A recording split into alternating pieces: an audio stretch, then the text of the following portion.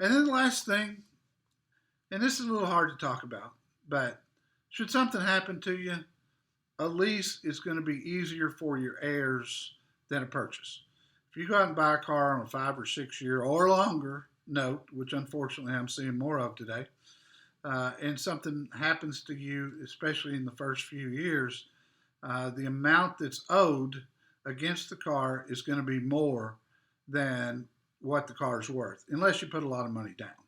And that's going to put a burden on the people who are your heirs. So bear that in mind. A lease, because it's shorter term, a lease is going to be a lot easier for them to get out of and get the vehicle gone. And believe me when I tell you this, just because you're gone, that lender still wants their money and they can get it.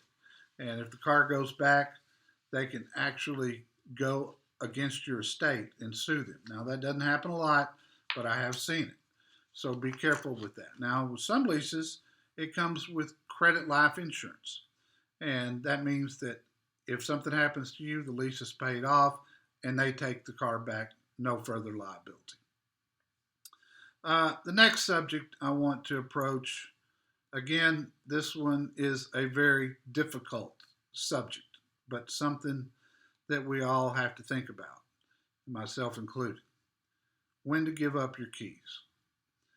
And a lot of people just don't. I mean, the thought of that is way more than they can fathom, because your loss of keys is your loss of your independence. Better today because there's Uber and Lyft and places that'll drive you around at a pretty reasonable cost. But it's just always nice to know you've got your own car sitting out there, and if you want to go somewhere, you can. But there comes a time when we're all going to face the fact that we shouldn't be driving anymore.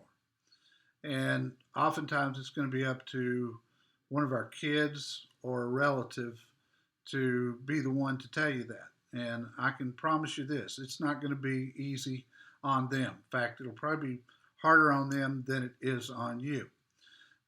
It's the circle of life. When your kids were 16, you handed them the keys to a car, most likely. It was their first car. You told them to go out there and you be careful. And then, 50 years down the road, they're coming to you to take your keys away. And it's a tough pill to swallow. I totally understand. But if you look at the numbers, in 2019, there were 44 million licensed drivers age 65 and older. And that's a 63% increase since 1999. The CDC also reports that in 2019, almost 7,700 older adults, those aged 65 and older, were killed in motor vehicle crashes, and more than 257 were treated in emergency departments for motor vehicle crashes. So it can be dangerous, but there are warning signs that you can look at to kind of self-assess and enlist the help of others to make sure that you're okay. And you just have to be honest with yourself. And it's not easy. You want to do a visual inspection of your vehicle.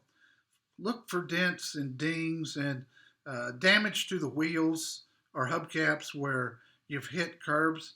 And sometimes that damage is there and you didn't really even realize that it was. If it's a true accident, sure, of course, you're going to know that. But if you scrape a curb or you bump something, sometimes you just don't feel it. Also inspect the area where you park at home or wherever you park. Look for damage to fences, garages, or a carport just to see if they've actually been run into.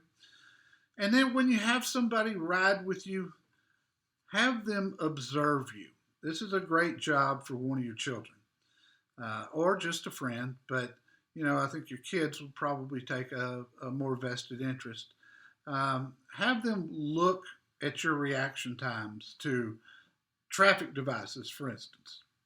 Have them watch your motoring skills, like not being able to turn around and change lanes, or pay attention to how easily you take your foot off the brake and get it onto the accelerator and vice versa. And Have them watch to make sure that you're staying within the speed limit signs. That's a big thing. You don't want to go too fast, and you doggone sure don't want to go too slow these days because you'll get run over. While somebody's in the car with you, have them watch to see if you're signaling your intentions. People aren't so great today at using blinkers, but it's something you should do to let others know what you're going to do, and that could cut down on the number of accidents. And more scary than that, road rage, which is a huge factor today. And finally, whoever's riding with you, have them look for frustration or confusion on your part, because this is also often a sign that you probably shouldn't be driving, but you hate to admit it. Other things you can do to make sure you're still safe behind the wheel: make sure you're getting yearly eye exams. Vision when driving a car is critical. There's too many things that can happen as our eyesight begins to fail. Sometimes it's due to age, and sometimes it's just you need a new prescription for your glasses. But whatever the case is, make sure that you can see the road ahead, see around you, see that kid that's crossing the street in front of you. God forbid we'd want anything like that to happen. Watch your overall health. Daily exercise, of course, in short durations will help with your motor skills. It'll help you hit that brake quicker. Working crossword puzzle and keeping your mind sharp. That's a big deal. And then, of course, you got to get plenty of sleep. Driver fatigue is something that has become a huge threat on our roads today. The numbers, especially with young people, where they're staying up too late at night or they're studying or whatever they're doing. Fatigue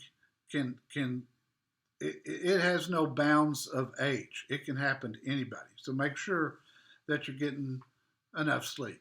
Make sure you got that right vehicle. Let's go back to that test drive for just a second. Make sure that you're behind the wheel of a car that has got the latest safety features, things that will help you be safer. And then be cognizant of things that you're having trouble with to avoid any bad situations.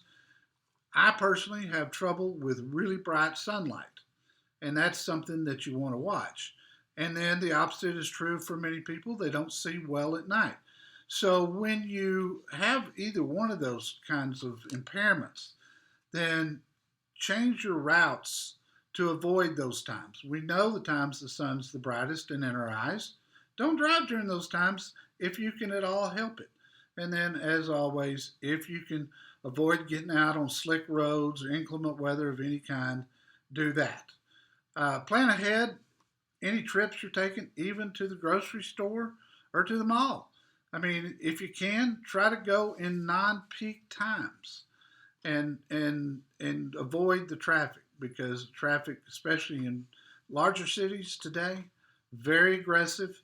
They're all speeding. They're all in a rush, and they will run over you. Trust me. And then talk to your doctor about your medications.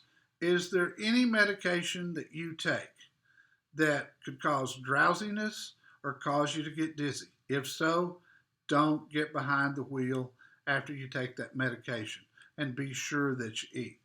And I know it goes without saying, but whether you're a senior or whether you're a senior in high school, obviously don't drink and drive. If you've got any doubts about whether you should still be driving or not, there are driver assessment programs out there that will gauge whether you are capable of driving or not. And again, I know this isn't easy, and I dread the day that I have to give up my keys. But if we live long enough, that day is going to come. So you can contact AAA or AARP. They have programs to test you to see if you are capable of driving still and if you should be behind the wheel. And I tell you, no matter what, it's a good idea to get a independent third-party recommendation. Sometimes our family's going to tell us things that is really simple and really easy. They don't want to deal with it. They don't want to be honest with us because it's painful. A third party can be a real lifesaver for you, and I mean that. And don't forget, too, that we are prone to, when we start getting older, we're prone to gradual things happening. And that means that not, if we should not be behind the wheel, that it happens over such a long period of time that you may not notice it. And that's why you need to do the things that I've talked about. Get somebody to ride with you and monitor you. It doesn't have to take very long, but they'll know pretty quick, if you're a safe driver and if you should still be driving.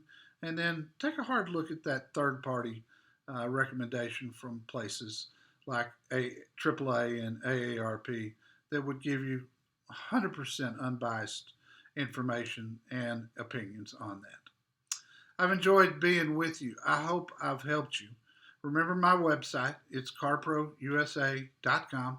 You'll find reviews. You'll find a lot of things I talked about today. I've got an FAQ page there that covers all sorts of topics, and I have a senior section there. I also have sections on insurance, shopping for insurance, what to do if you're in a wreck, car buying advice on being inside dealerships. It's important that if you're going to go out and get yourself a car, that you use a really good dealership, like the one we talked about, like the 5-star Ford family of dealerships. I've got some of the best names in Dallas-Fort Worth at my website as recommended dealers that will take care of you. And they'll give you a special pricing. And main thing is they'll be honest with you and they'll be patient with you. So if you've got any questions, you can email me from carprousa.com right there on the front page. And I would be happy to get back with you and answer any questions or any comments that you might have. Again, my name's Jerry Reynolds. I'm known as the Car Pro, and it has truly been nice to be a part of the Empowering Seniors program. I wish you the best.